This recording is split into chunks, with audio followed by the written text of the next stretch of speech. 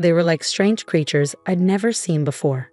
They congratulated me on marrying my brother. They said my dress was nice, but then one of them suggested that hers looked better.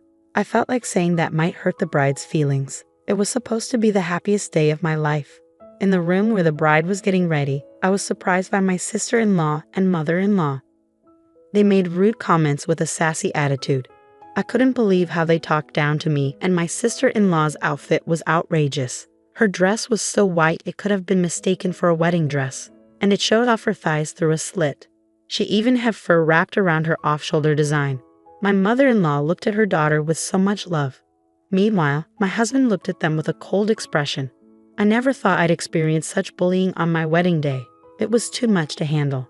Looking back, it's no wonder my sister-in-law's attempts at matchmaking never worked out, considering how she behaved even at someone else's wedding. My name is Anaya. I was born in a coastal town and grew up in a normal family. When I went to a state university, I stayed with my grandma, who lived nearby. Living with her, someone who always cared for me, was my dream. Her cozy old house blended Western and ethnic styles, giving it a nostalgic feel that I adored.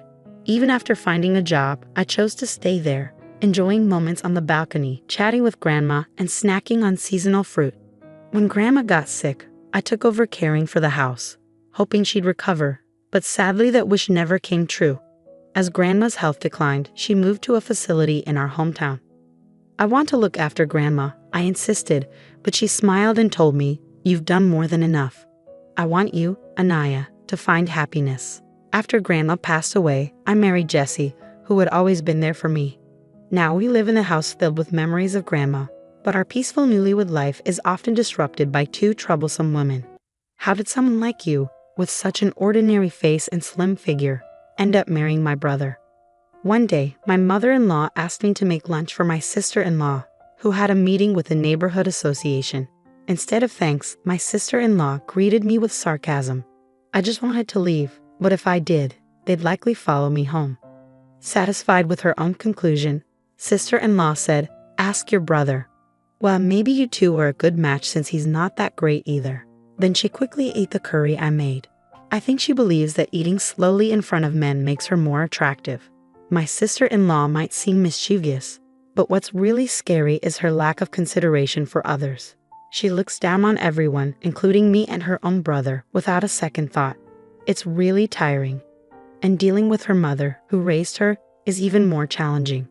Instead of simply disliking me, my mother-in-law seems more focused on boosting her daughter up by putting me down and giving me orders. That's why she always asks me to do things. If I don't pay attention to her daughter, she'll either keep calling me or show up at my door nonstop. It's like a never-ending nightmare. Mother-in-law always made it clear that her daughter was her top priority and didn't seem to care much about her son, my husband. He insists he wasn't mistreated, but he also says he never felt valued. His father left for a work assignment 10 years ago and never came back, even after retiring. Despite this, he still sends money for their living expenses, so it seems neither mother-in-law nor sister-in-law care much about him. My husband tries to talk to them about their behavior, but they ignore him. To them, he's just another person to look down on.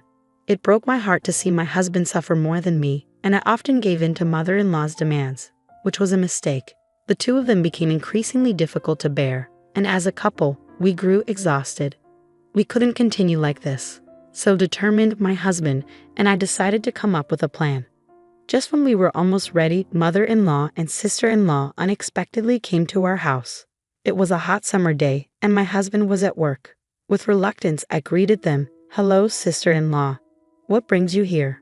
Just because we're your cute sister-in-law and mother-in-law doesn't mean we need a reason to visit. You need to work on that stingy attitude. It's hot outside. Let us in. You're so thoughtless, sister-in-law snapped. I really didn't want to welcome them into grandma's cherished house, but to avoid making a scene, I reluctantly let them in. I served them coffee and some cookies I had baked the day before. "What? No cake?" Sister-in-law complained. "I'm sorry we came unannounced." "Well, it's fine. Your cooking is all right, even if it's a bit simple," mother-in-law added. "That's true. We'll give you that," sister-in-law agreed. Strangely, their compliments felt more eerie than nice. "The house is old but roomy. It's decent," mother-in-law remarked. "To me, this house is just right," sister-in-law added. Elle is getting married. Mother-in-law suddenly dropped the bombshell. Wait, this self-centered sister-in-law. I was briefly shocked, but her getting married wasn't all that surprising. She often boasted about her shapely figure and her direct approach with men. It seemed to work on gullible men or those seeking casual relationships. So, is it with the guy you had an affair with? I remembered a man she had mentioned before. It wasn't an affair, we just met in the wrong order. It's true love, but no, not him, she brushed off. The one who recently approached you? I just noticed his intense gaze and made the first move, but no, not him either. I met him at a speed dating event. He's the son of a wealthy man, mother-in-law proudly announced. That's right, I'm having a shotgun wedding with a rich guy. Good for Elle, unlike your brother who married someone like you, she added, taking a jab at me. I'm already pregnant, she continued, driving her point home. The speed dating event was about 3 months ago. She probably charmed an unsuspecting man. I feel sorry for him and his family, mother-in-law commented. Did you end things with the other guys? I asked. Not yet. They all adore me so much, I can't bring myself to break it off. It's bound to happen eventually. Elle is just so charming. But what truly makes Elle happy is money, sister-in-law explained. I had a feeling, but I still wondered if the child was really fathered by that wealthy man. We want to use this house for a pre-wedding family gathering. Their hidden agenda became clear. I was so disgusted that I blurted out my response, absolutely not. They glared at me, and to avoid a confrontation, I quickly tried to smooth things over. I didn't want to make a scene, so I scrambled to find the right words. I think a groom's family would prefer to see their future daughter-in-law's actual home. But our place is a bit messy, and it's just a small apartment. Then tidy up and stop smoking indoors, sister-in-law snapped back. But won't it seem odd if they're invited to the bride's brother's place? I expressed my worry. You're not understanding. We'll just say this is Elle's family home. What if they find out the truth?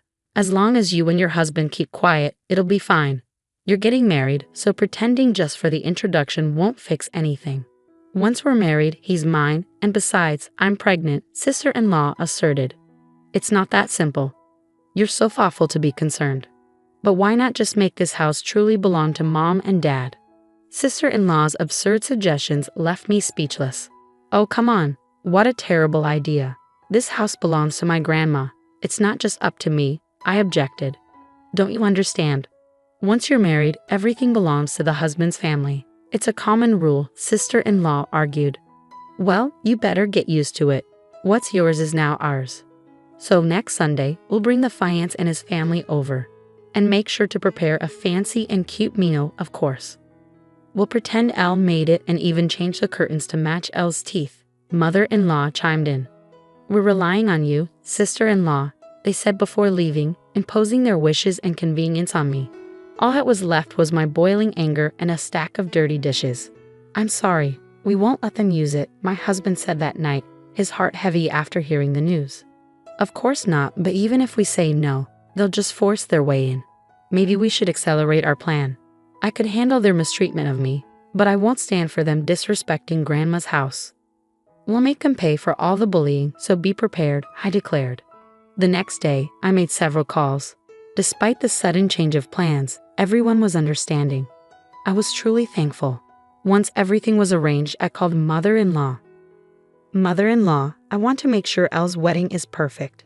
Can we have a bit more time? We're planning to renovate to make it just right for the couple, I proposed. Anaya, I misjudged you. You're truly kind-hearted. But we need to get going with the wedding preparations, so please hurry, she replied. I understand. We'll be ready in 3 weeks. Why don't you start searching for a wedding venue? I suggested. You're very considerate. It's almost surprising. But yes, we'll leave the introduction to you and focus on the wedding, she agreed. Was this our first pleasant conversation and perhaps our last? Those two won't suspect a thing, and they won't set foot in this house until the day of the wedding. Okay, we're going to be really busy starting today, my husband said. We had a very close deadline. We would work really hard without much rest, but it was all for our future. 3 weeks later, the day my mother-in-law had set for meeting us arrived. My husband and I were nervous, waiting for her phone call. I could almost imagine my mother-in-law's angry face as she called. At 10:00 a.m., my phone rang, showing my mother-in-law's name. I answered the call. "Anaya, what did you do?" My mother-in-law's voice sounded very upset. "I thought you'd like it. I made a perfect meal for you and Elle," I replied. "What did you do?" she asked again, her voice getting louder and more panicked. But her words were hard to understand. The place she brought her fiance's family to, pretending it was her home, wasn't Grandma's house anymore. I had prepared a new home and meal for them, but it seems they weren't happy about it. Mother-in-law's words were still hard to understand. She probably wanted me to explain everything to the other side. "I'll do that. I'm sorry if I made you upset. Can you put me on speaker so the groom's mother can hear?" I asked. The shouting stopped and a calm woman's voice came through. "Are you Aaron's mother? It seems there's been a mix-up." "Oh wait, not Aaron, sorry," she corrected herself. "So Aaron finally left his wife for Elle, or is it Ivan Phil?" I listed all the men my sister-in-law had been involved with. "Anaya, stop it." Mother-in-law screamed, louder than before. The call ended. They were probably in the middle of a big argument. That felt satisfying. Anaya, my husband, who had listened to the whole conversation, looked at me with apology in his eyes. "I'm sorry for making you do that. I should have handled it," he said, sounding regretful. "No, remember I said I wanted to get back at them one last time for Grandma's beloved house. Come on, I've explained this.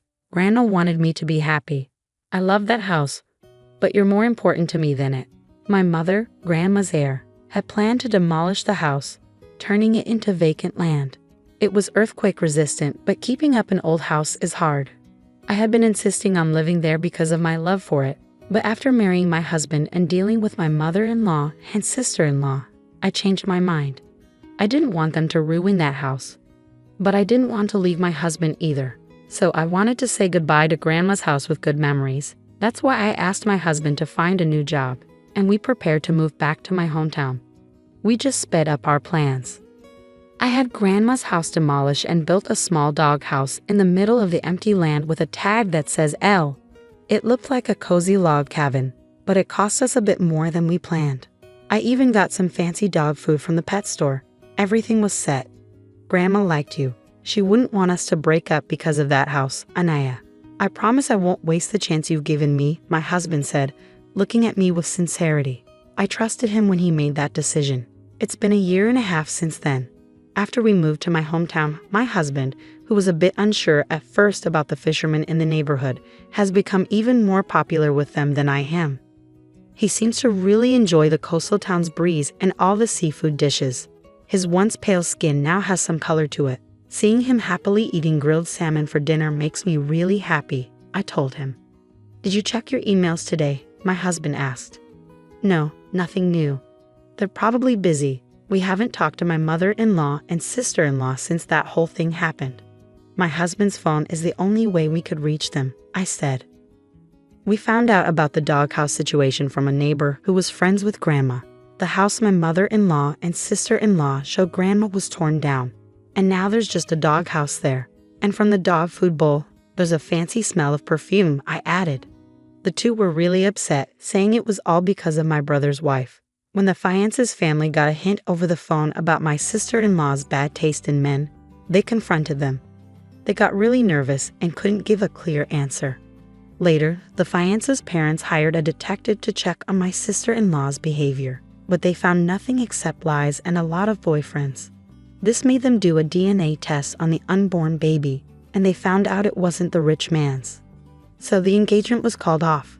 The real father of the baby turned out to be one of the men my sister-in-law was seeing. He was happy to have a child with her, and they got married. But his mom was angry that her son was with an older woman she didn't like, so she insisted they all live together.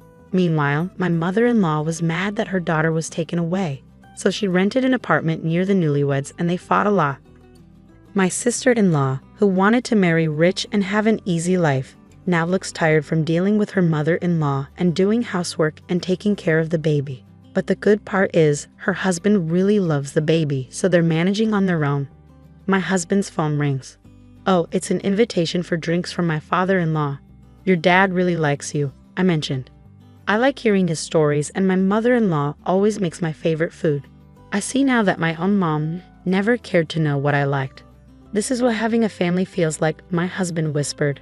Don't worry, you'll be the kind of parent who knows all their child's favorites, I comforted him. As I said this, I gently rubbed my growing belly and he smiled warmly. I feel like we can make that happen in this house, he said, looking at the caramel-colored beam on the ceiling. It's a special beam we kept from Grandma's house when we tore it down. We put it in our new home as a reminder of Grandma. It was my husband's idea to keep the beam, even when I wanted to start fresh. That's why I chose to build our future with him. Let's make this house just as wonderful as Grandma's, I declared. Yes, definitely, my husband agreed. In this peaceful coastal town where you can hear the waves, our little house stands. This is where we'll create our happiness.